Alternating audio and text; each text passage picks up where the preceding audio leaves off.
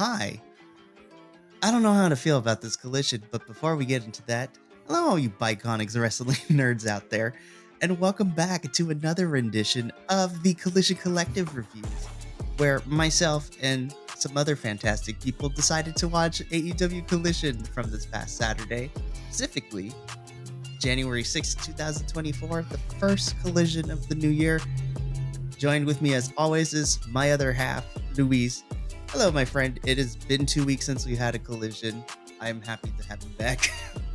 Yeah, I was pretty excited for the show. I was hoping to see more wrestlers than we saw last night, but it was really cool to get to see some indie workers out there, especially like in the first match of the evening. But before we get started, I do want to remind people January 6th is El Dia de los Reyes, so I want to wish everybody a happy Three Kings Day. Anybody in Latino or Hispanic culture, you know what it's about. There's 3 boxes under the bed. We obviously can't give our children gold and myrrh and frankincense, but we can give them other stuff, socks or whatever. It's really exciting to be able to share that and have such a inclusive group to be able to speak freely about that stuff. Absolutely. And of course, here at the Bi-Conics, we are a eclectic mix of gentlemen from all walks of life. And so, especially now that we have 3 of us that are Puerto Rican, so let's go. Yeah. No, but of course, and for those of you that celebrate it, Epiphany just happened the other day for those who are religious. So happy holidays, happy New Year's. It's been 2 weeks from the Collision crew. So all the things together, happy insert it here. Mm-hmm. That's right. So before we jump into it proper, some initial thoughts about this collision. I like some of this stuff. Mm-hmm. There's some things I have questions on. And something tells me that the majority of the show had Tony Khan's handprints all over it because, once again, we only got 1 women's match and 1 women's segment. No, we got 2 segments, but even then I was like... Yeah. I like I don't know if you noticed some of these things, I have them in my notes. I like the subtle hints to where the company's looking to go. As we know, Eddie Kingston is very big on his specific skill set, but he is just like we all are marks, like he's a very big New Japan mark.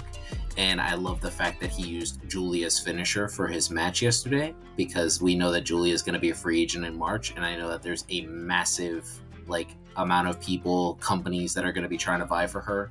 And Eddie's love for New Japan, I love the fact that, hey man, I'm willing to use your spot here. Let's open you up. Let's go see if I could do it, but let's see if you could do it better. I love that. I also like I said before we started, I love the idea that we got some underutilized talent tonight and in big time spots. Look at the first match of the evening. That's to be able to put that on your resume card that you got to work Sting in his last time ever in Charlotte, North Carolina. That is insane, man. That's something nobody will ever take that from you. No, and in fact, let's just jump into our opener for this week. So this was a quick tag team match where we already had the workhorsemen in the ring, so JD Drake and Anthony Henry. We're already in the ring. Ric Flair makes his entrance, so Ric Flair's back on my television screen. I have said my piece about how I feel about him. As long as he doesn't take away from Sting's retirement tour, I don't necessarily mind.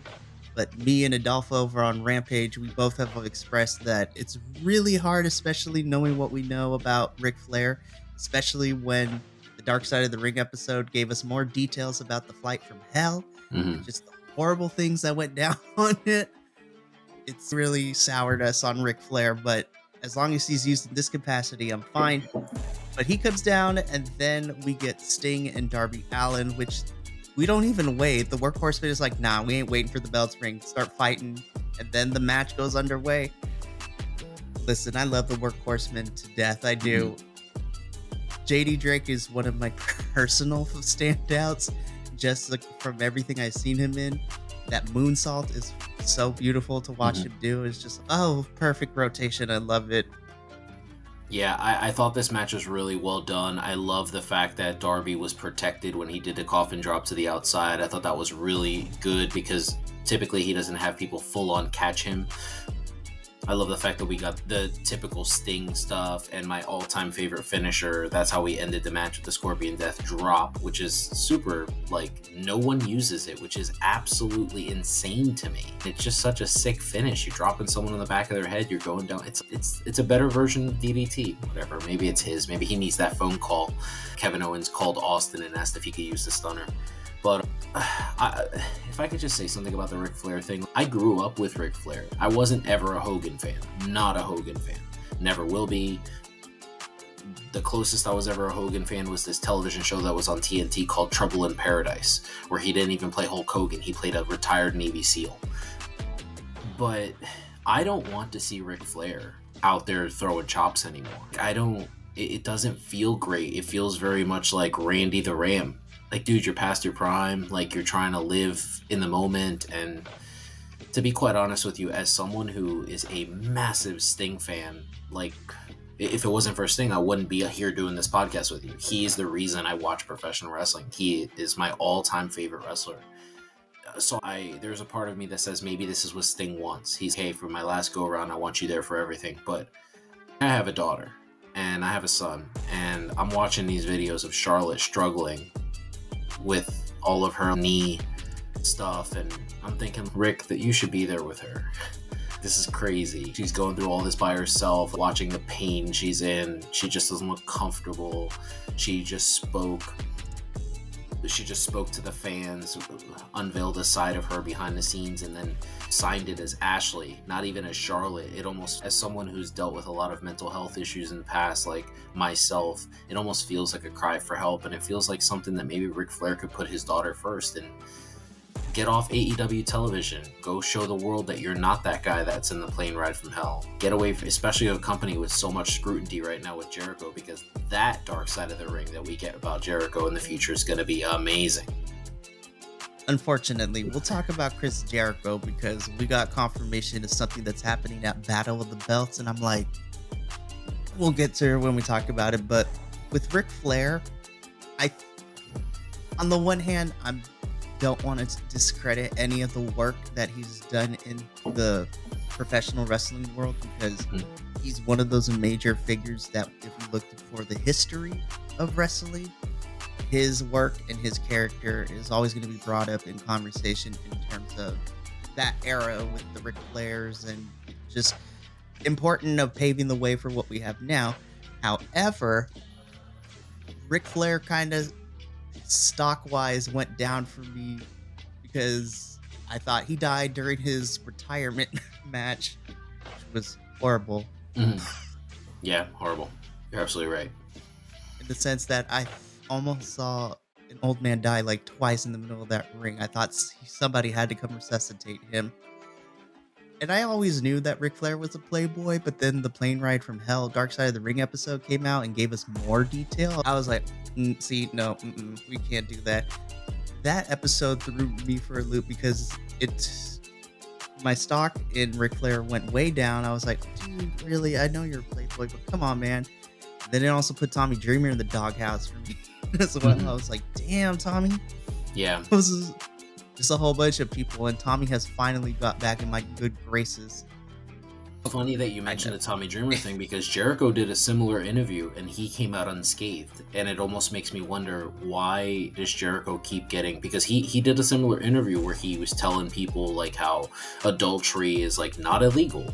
Let's remember that adultery is not illegal, and he's also saying like that time in wrestling, like that happened, like we just need to move past it. And it's just, Tommy Dreamer essentially said the same shit, but everybody canceled him for it. He got crucified, and it took him a long time for him to get back in my good graces. Now, him being digital media champion in TNA is a different story, because it's a different story than what happened from this Plane Ride from Hell. But like I said, we'll talk about Chris Jericho when we get to later in the show. But back to this match, it served its purpose. I enjoy Sting and Darby. I love the Workhorsemen. I thought this was a fun opener, and I was like, okay, cool. So quick 7-minute match, doesn't really need to be that long. Yeah. I will say I'm happy that Sting got a better last match here in North Carolina, because World's End was bogged down with the surrounding problem that came out. before the pay-per-view started during his 8-man tag, but which sucks. Well, that match was still pretty good though. One person should not have been there. That was the problem. Right. I still think the match was great. It was sloppy, but it was good. But I also really enjoyed it just because of petty. Ricky Starks was me the entire time. I was just like, he gets in, flips off Jericho, and then tags him out. Nah, I love that. If I could just throw some shade at some Chris Jericho real quick, I think it's funny that Sting is almost 64 and he's a better in-ring performer than Jericho's been for the past 10 years of his career. It is ridiculous that is a thing. I'm sorry. Seriously. It is ridiculous. Sting did not have a classic big man wrestling repertoire. Sting would do off the top rope dives. He would dive to the outside. He would do German suplexes. Jumping drop kicks, jumping DDT. Sting was pretty much light on his feet. And Jericho isn't a high flyer. One moonsault doesn't make you a high flyer. So I find it very odd how he's been able to protect himself in such a great way. And credit to AEW, because I do poke fun at them a lot, but credit to AEW for protecting Sting in the way they have and making him go out the way they're making him go out. It was really nice. And I hope Matt Hardy's right. I hope that Sting's last match is a tag match, because I don't know if him going one-on-one with someone for an extended period of time would ruin all of this hard work that he's doing to end his career, unless he gives us a quick 10-minute match where he puts over Darby.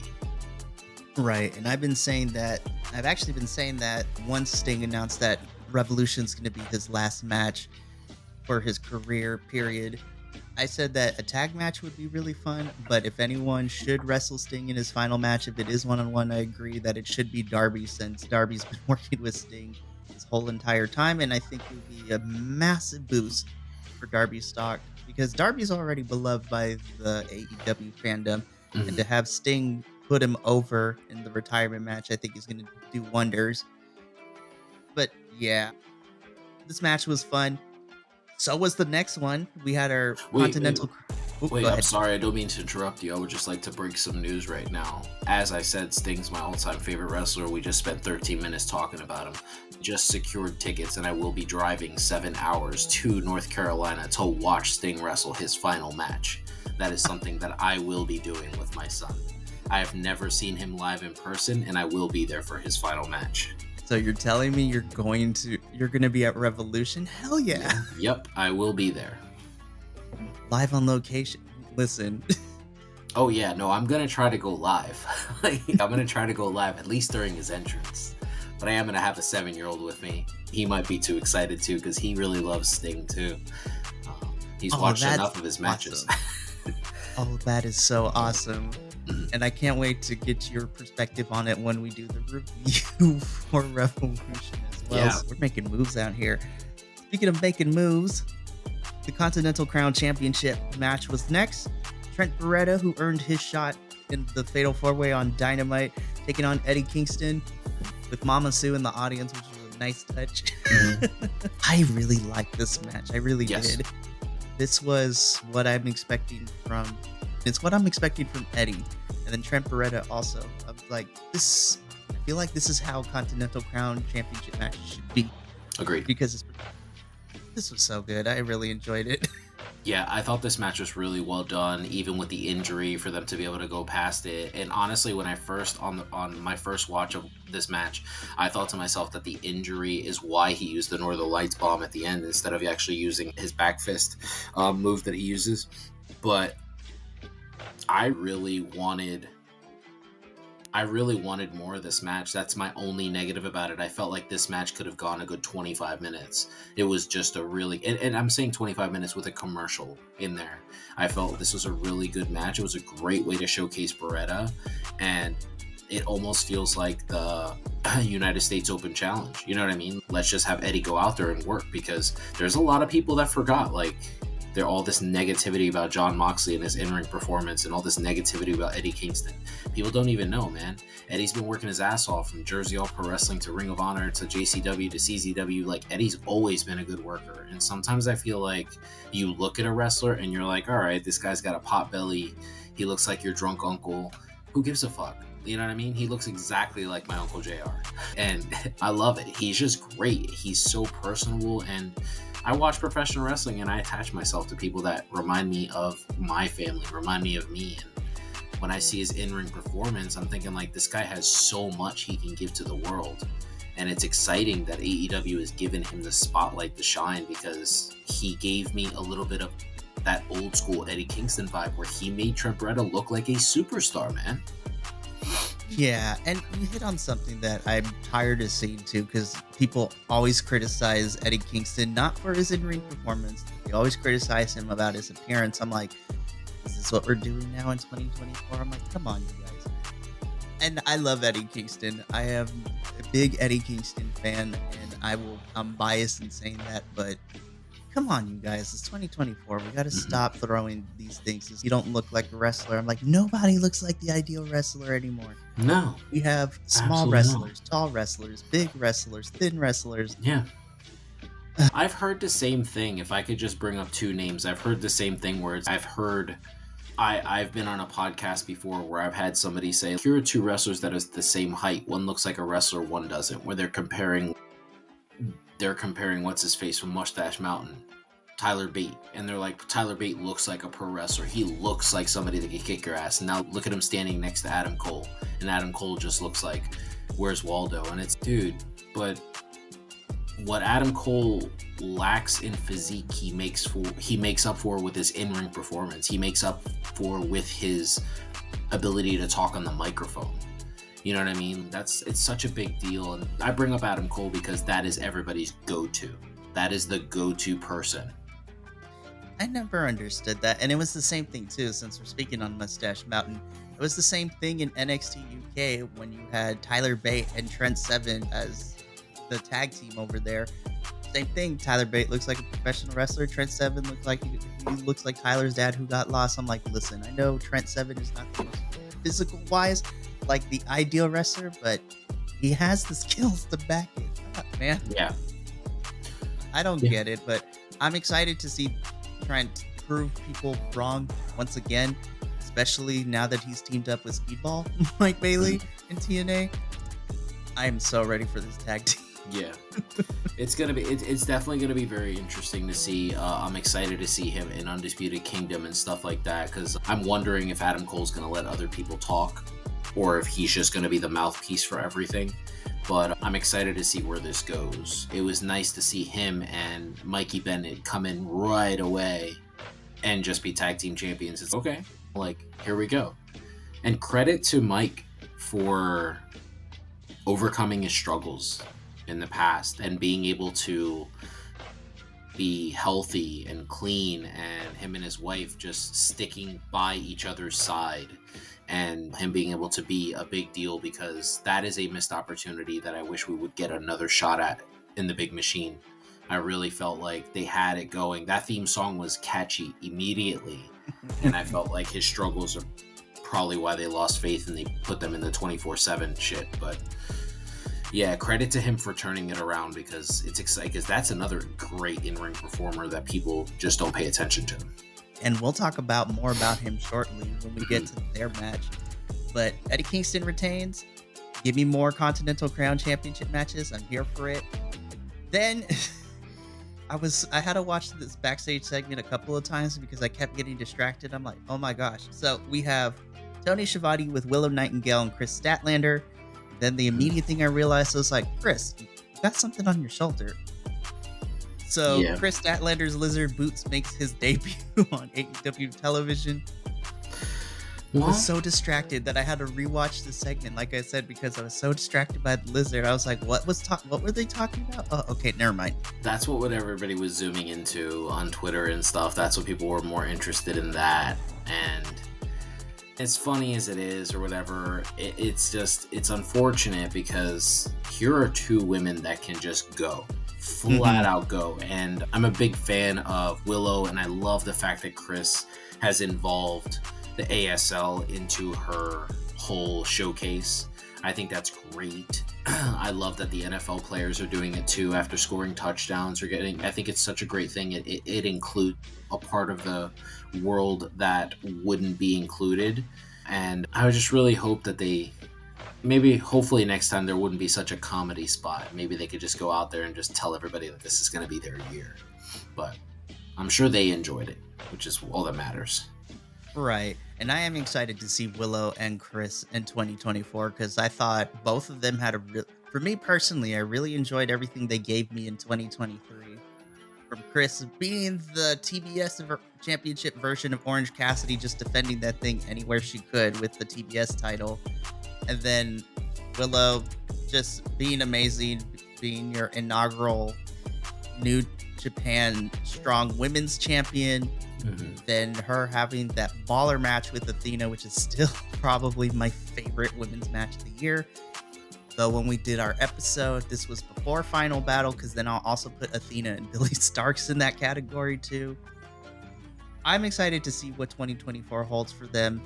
I'm also interested to see if we're going to get more development between this and Stokeley being involved and trying to get the wedge between them, because Stokeley just cracks me up. I love him so much. And the off the cuff things he just says, I'm like, you just said that, but I'm here for it. Mm-hmm. So we go from this to another segment where once I was done watching it, I'm like, okay, I don't think this was the progression that I saw, but fine. Get a quick segment from Hook. Basically, he talks about how his winning percentage is still high. I was like, you're not wrong with that. You win more matches than you lose them. I'm ready to have some bigger challenges. I'm like, cool, me too. That's what I've been asking. And he's like, I'm coming for you, Samoa Joe. I'm like, hold up, pause, time out. I was like, we went against Wheeler Yuta for the FTW championship, and now we're going to throw you to Samoa Joe. I'm like, I like the idea of the match. I think Hook versus Joe would be fun, but I'm like, where baby steps like apparently was missing from either Hook's vocabulary or the writer's room, because I'm like, that's a big escalation. And I feel, and as much as I love Hook, I feel like we haven't built you to face Joe quite yet. I don't think you paid enough dues to get there quite yet. I was not a fan of this. I thought this comes off as comedy, and I expect Joe to put him to sleep right away. There's no way he's going to suplex Joe. I just don't think that they're going to do that, because they're not going to want their world champion to go out there and get this type of beating, because Hook pretty much goes out there and he squashes people. That's his character. So I don't expect that to be a thing. I'm not very fond of Hook talking. Me neither. I like Hook's character, but I feel like you need somebody else to talk for him. Like I thought when I'm still holding out hope that we get the reunion of Hookhausen at some point, because as much as they were thrown into the comedy bits, Danhausen talking for the team was probably the best choice. Mm-hmm. Like, yeah, Danhausen's a great talker. Even Orange Cassidy talks better than Hook, which is saying a lot. I think Hook works better if he has a mouthpiece for him. And like I said, I like Hook. My biggest issue in all this is that the escalation to we're throwing him at Samoa Joe. I'm like, not to discredit the FTW championship, but I feel like there are other people who should step up to Joe before you, Hook. We haven't gotten to that level yet, but apparently they're just going to throw him up there. I mean, I feel so bad. I'm like, Joe's going to eat you alive. Yeah. Joe's going to eat you alive, and that does nothing for Hook. It makes me sad because I want him to be able to do more, but losing to Joe this early in the year and just being thrown in a title match all of a sudden, I don't think does anything for character-wise or for wrestling-wise, and it's not gonna. I'm gonna wait and see if we get this match anytime soon. I'm gonna wait and see how that goes, because what happens afterwards is gonna be important too for Hook. So from here, now we can talk more and gush over Mike Bennett, because we have a ROH World Tag Team Champion Proving Ground match. This is just a nitpick of mine. As the person here on the Bi-Conics is one of the 4 people who reviews Ring of Honor on a weekly basis, it hurts me. I'm like, listen, AEW, I know y'all are treating Ring of Honor as like the stepchild and not everyone knows the rules, but I'm like, come on, you could have done your research, because at first they're like, when they try to explain how a Proving Ground match works, I'm like, that's not how that works. I'm like, and that's just a minor nitpick I have. because as someone who watches Ring of Honor weekly, I'm like, that's not how that works, you guys. And you're a part of the same company. You have Ian and Caprice sometimes hop on Collision, Rampage, and Dynamite. So come on, y'all could have did your research. But minus that, you had the Undisputed Kingdom, but I wrote down the Kingdom. I was like, they are forever the Kingdom when it's just them two fighting. And this is a proving ground match with the team of Commander and the bounty hunter Brian Keith. I thought this was a really good this was a good night for tag team wrestling. I'm just putting it out there. Agreed 100%. I thought the same thing. So just to give a peek, the proving ground match means that pretty much if you beat the champions, you get a future title shot, which clearly didn't happen here. I don't think Commander and Brian Keith are a tag team, so I don't know if that is something that like they were vying towards. I love the bounty hunter. I love the gimmick. I want more of it.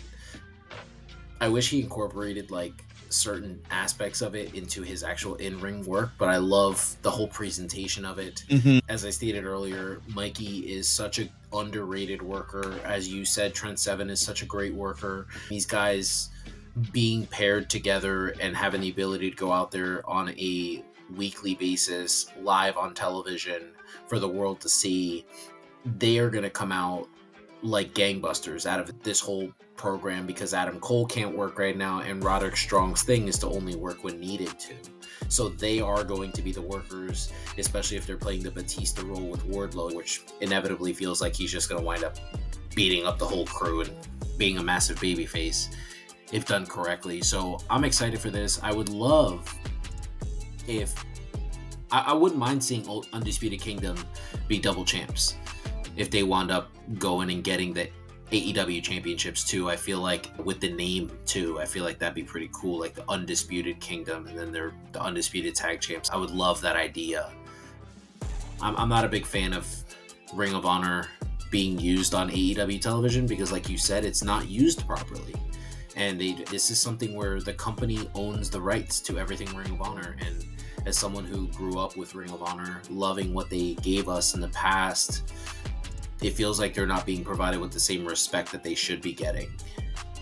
Yeah, and thankfully, at least because you have your ROH Tag Team Championships on the Kingdom, I feel that's okay with me because of the fact that I know that the Kingdom is such a great tag team. I like Matt Taven, but Mike Bennett has a special place in my heart because, as we were talking about earlier, just everything that he has gone through, him and Maria both dealing with his addiction issues and just overall mental health issues as well while he was in the big machine a few years ago, and to see where he is now, he just looks so much more happier than that. He's enjoying wrestling, which I can't really say a lot, which I can't say for a lot of wrestlers, because there's a difference from treating it like a career versus this is what you're passionate about and this is what brings you joy. So every time Mike Bennett steps in the ring, I can feel that aura of joy that just exudes from him every time he's in a match, no matter where he's at, whether it's in AEW, whether it's in Ring of Honor. He just enjoys what he does. And for me personally, that made my enjoyment of this match even more prevalent, because if the wrestlers and the workers love what they're doing and they care about putting on a good match, it shows. And it's also the shows for the opposite. If you have wrestlers that don't really care about what they're doing, then it's going to read off to the audience. We can see it. Agreed. Yeah. But of course, so the Kingdom are able to win. So no future tag team championship match for Commander and our Bounty Hunter. But I thought this was a great match. And I'm one of the few people that really love this backstage segment. We have Bullet Club Gold, and then the Acclaim come in. And Anthony Bowens, man, I feel like he doesn't get enough credit as a worker and talker, but he's, hey, listen, I was like, we don't like the Undisputed Kingdom. You don't like the Undisputed Kingdom. How about we work together? Just think about it. And I knew what was going to happen. Jay White's like, all right, let's go. Then Austin Gunn, he's, you know what? That actually does make a little sense. I'm like, oh my gosh, this man has a brain. He's not just one of the assholes. It makes sense putting Daddy with his boys together again. I think that's a really good thing, because I love that when the Guns are whole. I really do. The three of them. As much as I love Billy being a part of the Acclaimed, I just feel like those two do better off, but they do better by themselves. And I really like the Guns being together, watching them, seeing them, how they produce stuff. Obviously, out of all this, don't want to be disparaging to anybody else, but Jay White is definitely the diamond in the rough. He's the guy. I love, as you bring up, Anthony, I love how it's mentioned how Jay was able to catapult Bullet Club in Japan, and how Billy Gunn he was in a big faction, and factions actually work. And I love that because it also plays into messing with wrestling fans too, because everybody's got to be in a fucking faction, and then action storylines tend to be some of the best storylines. Exactly. It was great. And I think with such a big roster for AEW, you need to do factions, because then that's how you get lots of people to have screen time, whether they wrestle each week or not. I wish we had more female-led factions, because the Outcasts are the only ones we really had, and then that kind of we still do. And I'm still on the fence about how I feel about Harley Cameron being in the Outcast, but I think she's funny as hell. Yeah. She and Saraya are planning manslaughter. It's funny to watch on Rampage. But this is just a future prediction. What I want is when Juice is able to come back from injury, and I want the Acclaimed and Bullet Club Gold to be buddy. I want our Honeycomb Monster to come and be like, what the hell is this? Why are we not beating them up? What did I miss while I was gone? Yeah.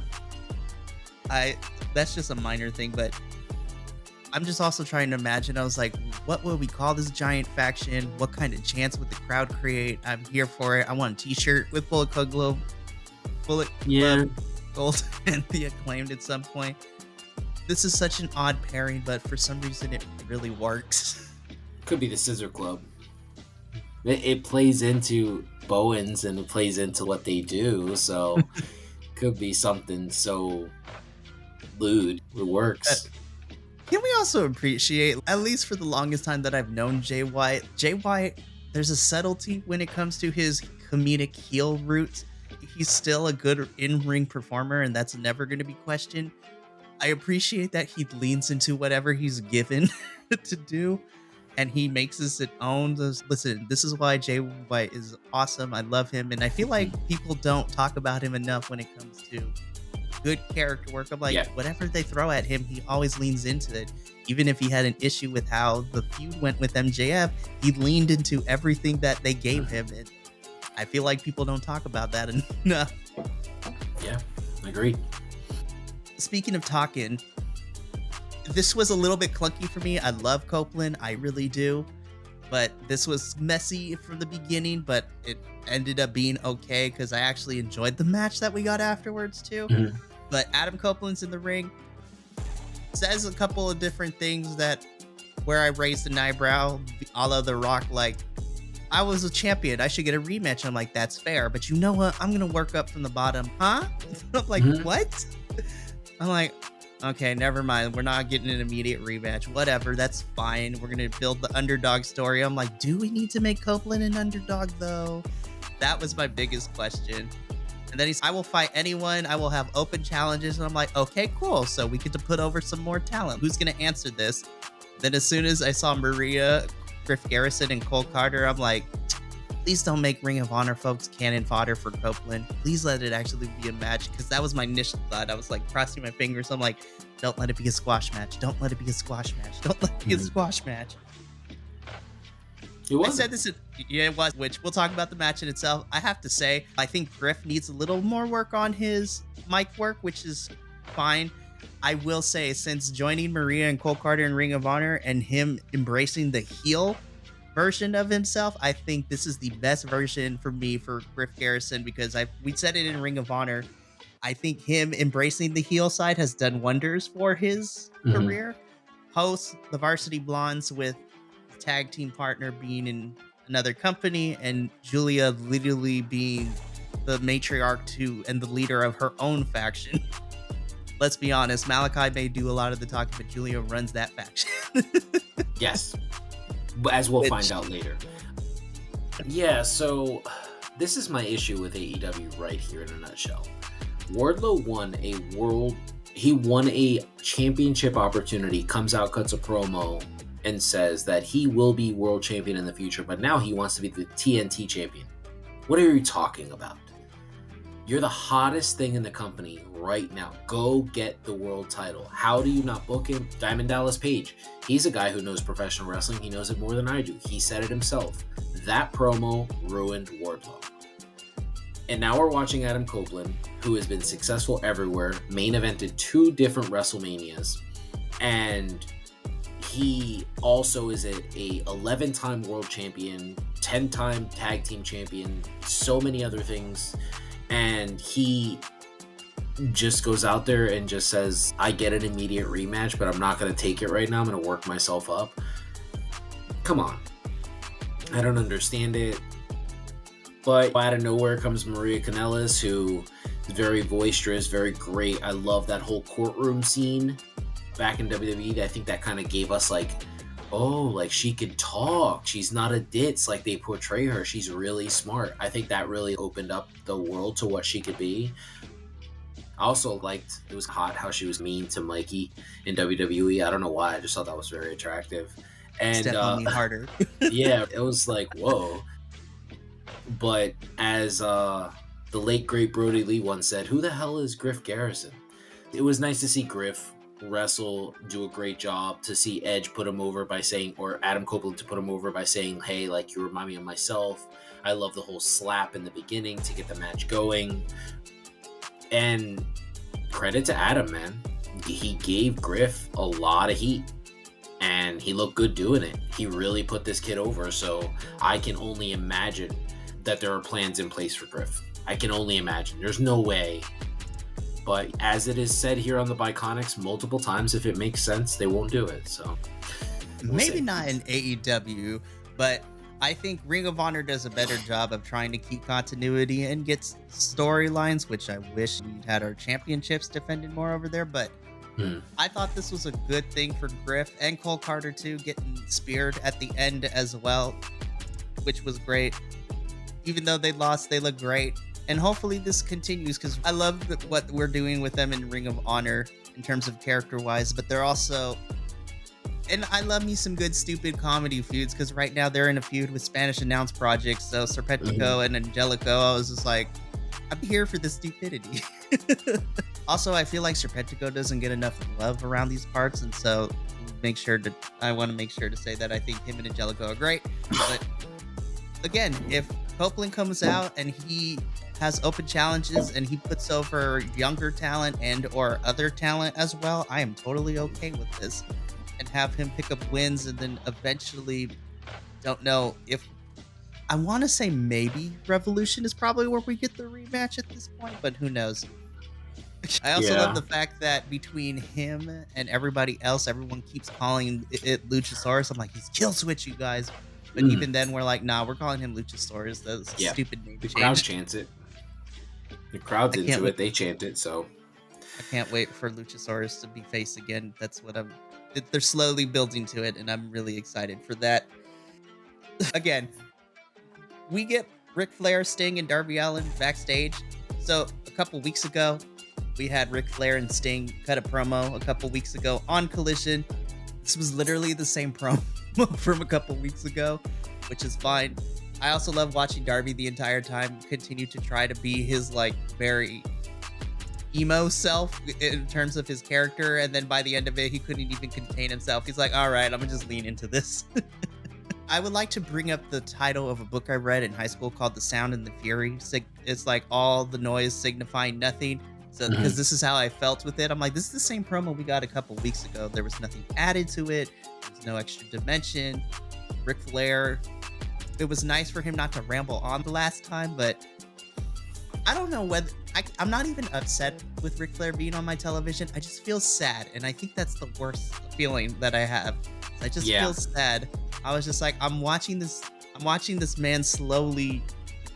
He's older. I'm just like, it's really sad to see on live television just the slow decline down, and I could tell. And you know what? Like you said previously, if this is what Sting wanted, then I'm okay with it, because Sting is going to be retiring at the end of the Revolution from in-ring competition. And if he wanted Ric Flair to be there for this whole entire journey, then you know what? I'm willing to put up with it because I love Sting that much. And you know what? It's nice to see when wrestlers don't ask for crazy stuff when they're heading towards retirement. Like, the company actually listens to what they want. But it makes me sad to see Ric Flair on television like this. Yeah.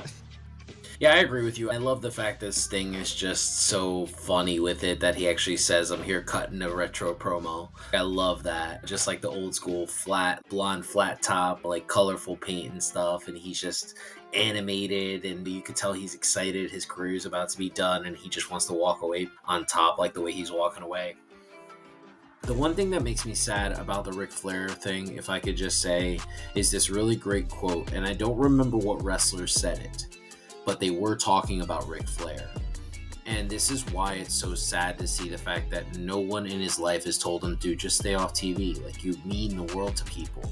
And the quote goes like this: Ric Flair is your GOAT's favorite wrestler. Because that is true. Undertaker, Ric Flair's the best, is his GOAT. Shawn Michaels, Ric Flair. Austin, Ric Flair. All of these major, Hogan, Ric Flair, all of these major names in the history of professional wrestling have Ric Flair as the greatest of all time. Now, I know in our lifetime, we have Shawn. That's what our group, our lifetime has, Shawn Michaels. I believe that'll be Bryan when it's all said and done. It'll keep going. It was just going to keep going from there. But it's really sad because this guy was once considered the GOAT universally, and now everybody's watching him, and it's like, we can't unsee this. We just can't. Like, we're watching this happen. Like, it's one of those things where it's like, it sucks. It sucks to see. It brings me back to that Rowdy Piper interview, the one where he did with Sting and Alundra Blaze on the Bill Maher show, where Bill Maher called wrestling fake, and he pulled his pants down and he's, look at this, this is a titanium hip. You can't tell me wrestling's fake, this is real. And it makes me think, like, that hurt Rowdy's career after that. Like, a lot of people were like, man, this guy's crazy. And it took years for people to forget that he pulled his pants down to prove a point. You know what I mean? And that's one of those things where it's like, when I watch Ric Flair now, the plane ride from hell ruins everything. What Shawn Michaels said during his ESPN special kind of ruins a lot of things. And then his promo a couple months ago or a month ago, I was just like, Jesus, man, just take the mic out of his hand. Just have him sit backstage with Arn Anderson. Have him be a producer. He doesn't need, his mind is still good for what we're watching on television, but he does not need to be out there because we're all prisoners of the moments in the wrestling world, and we're going to remember what's happening now as opposed to what happened 20, 30 years ago. Now, for me, my first ever match I saw was Sting Flair, so I have that. This is the Flair that I grew up with. I remember him getting off the plane to go wrestle Big Van Vader, and as the underdog, and Vader was going to beat him, and then he won the world title. That's the Ric Flair that I love, that I grew up with. The guy feuding with the NWO, the guy who came back after his lawsuit with Bischoff, and the guy who won the 92 Rumble, my all-time favorite Rumble. Like, that guy. But this stuff, it's really starting to completely take over all of that great stuff about him. It is, and I know that they have to do the advertising spots, but like every time I see the Woo Energy logo pop up in the background, I'm like, ugh. Like, listen, I know advertisements and product placements is a thing in wrestling as we come to see in the last few years, but yeah, it's just really, I feel sad for Ric Flair, and you know what, I'm just like, you just have to put up with it until March, and so it's just sad. So then, from here, this is a big complaint I had about this episode. This is the only women's match we got. Mm-hmm. I want more women's matches. You have such a big roster. But anyways, so we have Sky Blue taking on Kiera Hogan. I love this match a lot. And I was like, oh, Sky's going up against Kiera. Kiera's going to whoop that ass. And sure enough, because Kiera fights hard too. I also feel that Kiera doesn't get a lot of shine as well. And I think she solidified herself as someone to be watching, especially not only holding her own in Athena, but having a really awesome performance. I keep saying this, if you have not watched the Ring of Honor Women's Championship match with Athena and Kiera Hogan in the Chicago Street Fight, I need everybody to go watch it right now, because that match, I think, not only showed that Athena can do any type of match when it comes to her championships, but it also proved that Kiera Hogan is actually the real deal. She did amazing in that match. And this match I really enjoyed. I love Kiera. Sky continues to go up in my ranks. I was like, all right, I love Sky. I already was a fan of hers. I'm a bigger fan now that she's gone to like the Hot Topic version of herself, as I call it. I love this match. I really did. The only complaint I had is it was the only women's match we had tonight. Agreed. I thought this match was really good. I like Kiera Hogan and Sky Blue. There wasn't any real mistakes. I do dig how Sky used a different finisher, because I'm always a fan of having different ways to end an opponent. Like for so many people in the past, like we've had, like we'll just talk about Jericho quickly. He has the Lion Tamer and the Lion Salt. He's won matches with both. We have Seth Rollins. He's got the Stomp. He's got the Pedigree. He wins matches with both. Roman has the Spear and the Guillotine Choke. There are ways to win matches with both things, and I think not everybody takes the code red properly. It's what Saraya used to say about the page turner. Not everybody takes it properly, but it's really hard to not take a TKO properly. It looked great when Mark Mero did it, and it looks great when you're doing it. And I don't know why Austin Theory stopped doing it, because this was his finisher. But yeah, I've always been a fan of the TKO. I think it's a solid move, and let her use it. I could imagine her doing it with her new persona. I could imagine her doing it like on an open chair. Like I can already see her like doing stuff like this, especially to somebody like Abaddon or something. Like that makes sense to me. I like that. I agree. And we do have 3 months until Revolution, so we do have a little bit more breathing room to build up. But what I would love to see is, all right, so now that we put World's End behind us, now that we're tying up loose ends here with our main event, now I'm interested to see, all right, so who's going to be next to be facing Julia for that title? So who's the next feud? And now that we have 3 months, like I said, I'm hoping to see more women's storylines and more feuds be built up, because we're in 2024 and we've already complained about we want more women's matches. So Tony, I need you to get on that with your AEW shows. Give us more women's matches. Don't let them all be on Rampage. Because listen, I review Rampage. I love Rampage. We get more women's action on Rampage, but put them on Dynamite and Collision. That's just my thing. But we're not done talking about the women, because even though we saw this during World's End, I do not care. We got this segment with telling us that Serena Deeb is coming back. I've missed Serena so much. You have no idea. I think she is so good, and we need her right now in this division. Yeah, I'm excited for her. I've been a fan of her since she was in the Straight Edge Society. I think she's one of those special talents. She's a crisp in-ring worker. She is of that mold where she just reminds me of the women's version of Bret the Hitman Hart. That's what she reminds me of. And I know a lot of people say, we have that at Natty. No, we don't. Natty's never been that good in the ring. But Serena Deeb is that good. Natty could work. Yeah, I'm not saying she can't. But Serena looks so poised, methodical. It looks completely clean to her. And getting to see this level of character work from her too, it brings me back to the Straight Edge Society. Let's go back to seeing like this version of her, because I think this will be super successful. Absolutely. I'm excited to see with her back. I'm gonna be honest, stick her on Collision. If we stick her and Thunder on Collision, as much as I would love to see Thunder go against Tony at some point, I think Thunder, for me, I feel more safer with her being on Collision, because I feel that she would be booked better, because even Tony's not being booked great over on Dynamite right now. Because her character's over, but the feuds have not really been where they needed to. But I'm excited to see Serena back. From here, this is where I say this is the squash match of the night. Claudio Castagnoli versus Andrew Everett. It gave Claudio a win. For me personally, the important thing to remember about this is that it's going to be him versus Hangman Page at Dynamite, which I'm actually really excited for. I think there's potential to be a good match. I don't know why we're calling out Hangman, but sure. The top guy. Because when he's the Austin of the company, that's how I look at it. He's that guy where everybody wants to beat him. Problem is that I wish Claudio wouldn't talk. I don't need to hear you cut a promo. I get it. You and Wheeler Yuta, just quiet. Every time either one of them say anything, it makes me think back to that scene after Gina Davis says Beetlejuice and Beetlejuice throws the zipper at her mouth. That's what I want to do to Claudio. Just, hey, just shh, just be quiet. And I don't get it. He has good talkers with him. Like, he's got Moxley, he's got Bryan. Let these guys talk for you.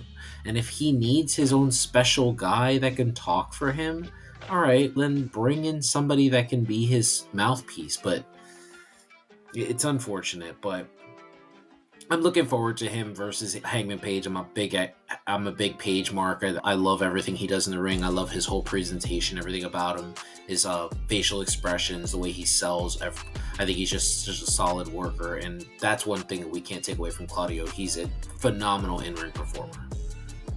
Oh, absolutely. And of course, Claudio threw poor Andrew up and down this ring. So it was what it was. I'm excited for Claudio and Hangman next on Dynamite. Okay, so now we head backstage where we have Ricky Starks and Big Bill talk about it. And then this is where we get the announcement that the AEW Tag Team Championships are going to be on the line next Saturday at Battle of the Belts. It's going to be Big Bill and Ricky versus Chris Jericho versus Les Sex Gods, essentially. And it's going to be a street fight. And as soon as this was announced, I'm like, I swear to God, I have the sneaking suspicion that Jericho's about to win these tag titles. Mm-hmm. Which, yeah, I was just like, I had so many feelings, and I still have so many feelings. I hate the idea. Yeah, there are so many people that are. There are some people that are pointing this out, the level of hypocrisy that AEW has portrayed here.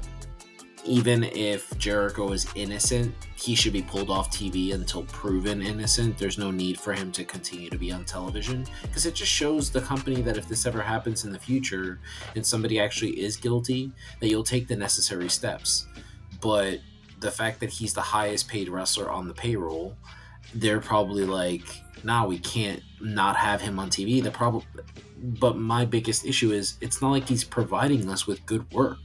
It's not like he's giving us good in-ring stuff. It's not like he's been good on the microphone. He's become so, like, his promos are so convoluted now. Like, it almost, like, everybody that's out there with him, like when he was doing the Golden Jets with Kenny, if it wasn't for Kenny, that would have been a big flop.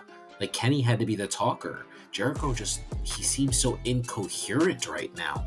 And I feel terrible for Sammy, because Sammy told us he didn't want this shit. He wants to be able to be a single star. Yeah, this is what, the third time that they've done this to Sammy, where we push him to do something else, and then for some reason we always throw him back to be with Chris Jericho. I don't get it. And I was like, this is how you're, and I'm like, you're calling Sammy one of your four pillars? If we look at his body of work, outside of the crazy spot fest that was that TNT match with Cody, where the cutter from the top of the ladder onto Sammy, which was insane. Mm-hmm. I can't really tell, and I think I enjoyed his performance despite what everyone says in the Four Pillars match at Double or Nothing. That was the only match that made me care about Double or Nothing. Double or Nothing is still my most hated pay-per-view from 2023. But yeah, I just don't like the idea. I'm pretty sure Jericho and Sammy are going to get these tag titles. I get it, because it was supposed to be Kenny in this position, but Kenny's out indefinitely for who knows how long while he recovers. Again, and Brock Lesnar missed like a year and a half in the UFC when he had this. Everybody says that this could be a quick injury. It could be something quick, but Lesnar's a freak of nature, and it took him a very long time to come back to do anything active. Yeah, it's just, this whole idea just makes me feel sad for Sammy, because we continue to start and stop his singles momentum thrown back with Jericho. And then also, I could apply the same situation to Ricky, because every time we give Ricky some momentum, for some reason, it's always the same thing. When he feuded with Chris Jericho, it did nothing for him. Like, he beat Jericho, and that made me happy, but I want more for Sammy and Ricky, and it sucks that Jericho always seems to be the cause of why we don't get to do anything fun with them. I'm pretty sure that's going to be the main event, too, if I'm being completely honest, at Battle of the Belts, which makes me sad. Yeah. All right. From one sad tag team segment to something that made me super happy, we get to our main event. This match got like 30 whole minutes, which was awesome. And I was like, oh, okay. I looked at my DVR. I was like, oh, this match is going to go on for a while. I'm okay with this. So this is a standard tag team match. House of Black being represented by Malachi Black and Buddy Matthews taking on FTR. Again, we talked about how me and you would like to see more character development from FTR, but the in-ring work is always going to be stellar. And my God, these two teams went at it. And I was just like, see what happens when you put Malachi Black on television in the ring. I was like, people are reminded how great he is. And that has been my biggest problem because I haven't seen Malachi in the ring in quite some time. Then I was like, ugh. He was in the ring and I was like, oh, it feels so good to see you wrestle again like this. Yeah, phenomenal in-ring performer. Dating back to his days as Tommy End, he's just been really good. His Aleister Black run was real good. Coming into AEW, he hasn't been utilized properly, but this could be what Tony Khan wants to do with him. Also, I don't know. I'm over the FTR thing. I feel my brother always says this to me when he's talking about professional wrestling and why he refuses to watch AEW. This is like his big sticking point. He says, because I've seen my 10,000 hours of professional wrestling. I want to see characters now. I want to see like development. I want to see storylines. I don't want to watch just wrestling anymore. If I want to watch just wrestling, I'll pop in like a William Regal tape and just watch him work. That's what I watch when I see AEW. It's not my cup of tea. When I look at FTR, that's exactly how I feel. I don't care how good you guys are in the ring anymore. I get it. You guys are awesome. But you're blander than Benoit was. Like, it's that bad. Like, they are so bland. It's insane. And don't get me wrong. Had that guy not done what he did in real life, like, the way I talk about Brian, that's the way I used to talk about him. But I can be completely honest with you that the guy was awful on the microphone. He was awful in terms of character. But he was just so ruthless in the ring. He was so great in the ring. That's why people watched him. That's how I feel about FTR. I don't get what's happening. You can't give us a sliver of a character. A sliver. They compare themselves to the Brainbusters, right? Arn Anderson and Ole Anderson. They compare themselves to guys like that. And I think to myself, or Tully Blanchard and Arn, that's what they compare themselves to. And I'm thinking, those guys had character. They were assholes. Like, you're supposed to hate them. You know what I mean? There's nothing about you. And the thing is, we know that these guys, they can give us character. We've seen it in NXT. When they feuded with Alpha, American Alpha, they actually were phenomenal heels. Everything they did was innovative. Even like one of them running over to the other side or going under the ring to stop the tag. Everything they did was just so brilliant. There's this big rumor out there that they're just like biding their time until their contract's up so they could go join Punk. And at this point, I would just rather them just sit home. Just go sit home. Because it's not, I have more fun watching MJF, and you know how I feel about him. Yes, we all, and this is not a dig, but we know. And that's okay. And I think, who knows, they might be taking some time off of television because via some help from Daniel Garcia after Brody King came in to make it 3-on-2 and Daniel Garcia making it even the odds a little bit, FTR pick up the victory here. I was worried they were going to pin Malachi. I was like, if they pin Malachi, I actually think this might ruin my enjoyment of this match. But I also don't like that Buddy keeps getting pinned. But if I'm being completely honest, between the three members of House of Black, Buddy doesn't get hurt when he gets pinned, in my opinion. But FTR pick up the victory, but that's not the important bit, because then the post-match beatdown happens on FTR and Daniel Garcia. Now, let me tell you, just this... I talk about the weirdest things when it comes to wrestling, because the psychology behind what happened next with Julia really sent shivers down my spine in a good way. Yeah. And I felt smart for once, because I picked up on the significance of it before commentary said it for the audience watching at home. But after this beatdown is happening and FTR and Daniel Garcia are laying on the ground, specifically, camera goes over to the shot of House of Black standing over FTR, and Julia Hart begins to hit the bell, which equates into a 10-bell salute. So the psychology of anyone who's been watching this or knows professional wrestling, the 10-bell salute is usually reserved when you are honoring the passing of a wrestler. So the 10 bell salute is usually in memorial of the death of a wrestler. And the fact that she did a 10 bell salute over FTR, which is signifying the symbolic death of FTR, sent shivers down my spine. I'm like, I don't know who came up with this, whether it was House of Black, it was FTR, whoever the booker in the back, whoever decided to put this. Let me tell you, that small little piece made me look past the fact that once again House of Black lost another match, but even in defeat, the house always wins, and I'm just like, it's weird. The small stuff like that gets my goat, so to say. Yeah, no, I loved it. I thought it was great. I hope that it's a 10 bell salute for Daniel Garcia's pelvic thrust. That would be great. If it happens to be like one of those things where they're saying that the FTR is gone, they're dead, and House of Black is the reason that they're dead, and maybe we get a different version of FTR. Maybe this is now we get something that I just ranted about for 95 seconds straight. You know, like maybe we just get a good version of FTR where they come out and they're just like hot, and you know, maybe Daniel Garcia replaces that CM Punk role, you know, for the group, and the three of them, you know, I don't know how you would put, unless it would just be like DGFTR or whatever, however you would pronounce it. But yeah, I really enjoyed this. I agreed with you. I really thought to myself, man, what a great story here. And I really feel about Julia Hart the way I felt about Alexa Bliss during the Bray Wyatt stuff. She joined this group, same as Alexa.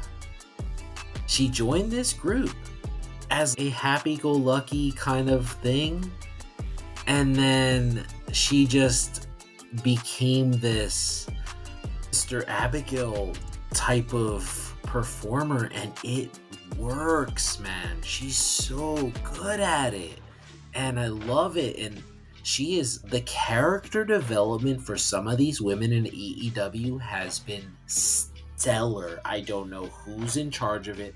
I know damn it's not the Jacksonville Jaguars owner's son. I know damn it's not him, because he could give a shit about women's wrestling. We've seen that.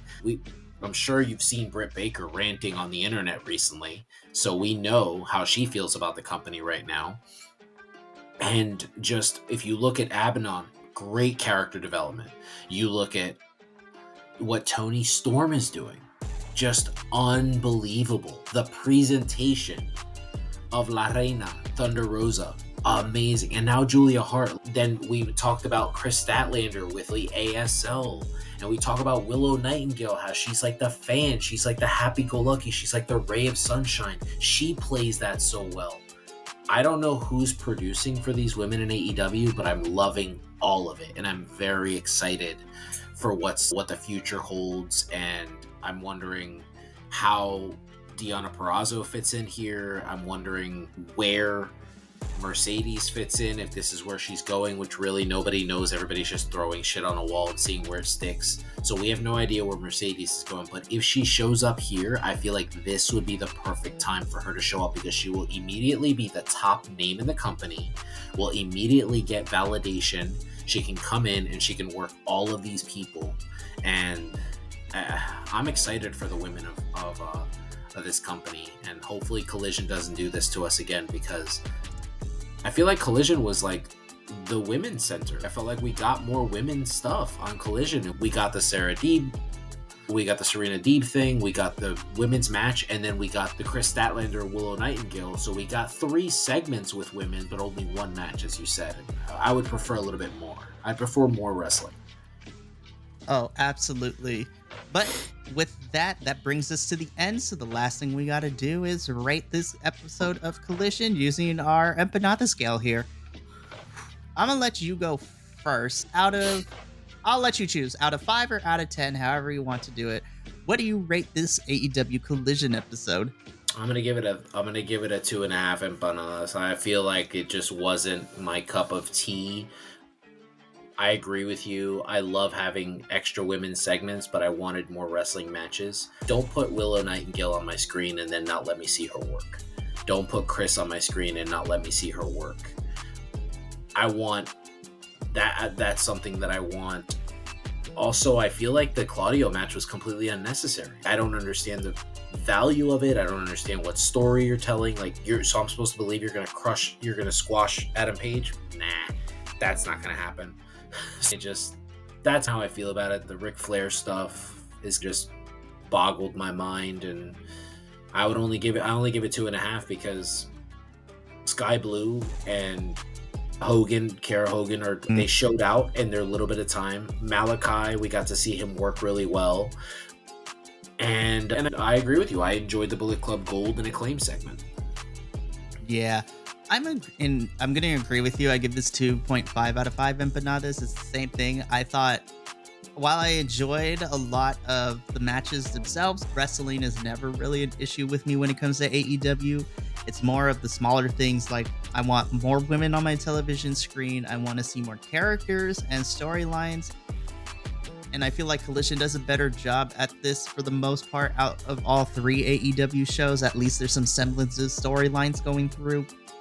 But now that we've wrapped up with the lingering storylines from 2023, like we just did with House of Black and FTR, and we wrapped that all up, now I'm interested to see what direction we head in. But yeah, it was more of the backstage stuff that kind of lowered my enjoyment a little bit. Just like you said, don't give me Chris and Willow if they're not going to be fighting people on screen. The big thing that detracted it for me is the fact that I'm pretty sure the Sex Gods are winning that Battle of the Belts next Saturday, which makes me super upset. Yeah, oh my gosh. I don't want to see that. I don't think putting a title on Jericho right now is a smart thing, but they're probably going to do it. They're probably will going to eat do it. crow if Ricky and Big Bill retains, but we shall see what happens with all that. But that's going to be it for this week's Collision Collective review. I have missed this show. It's been 2 weeks, and I'm glad that now we're back on it. Of course, if you enjoyed this, make sure to check out all the other stuff we have on the Bi-Conics Wrestling YouTube channel. Make sure to follow us all over the social medias at BC WrestlePod. We have a Patreon now, so make sure to go subscribe to that if you like, so you can see some exclusive stuff like our AEW World's End watch along. And yeah, it got really interesting. So if you want to hear more unfiltered thoughts, then go check that out.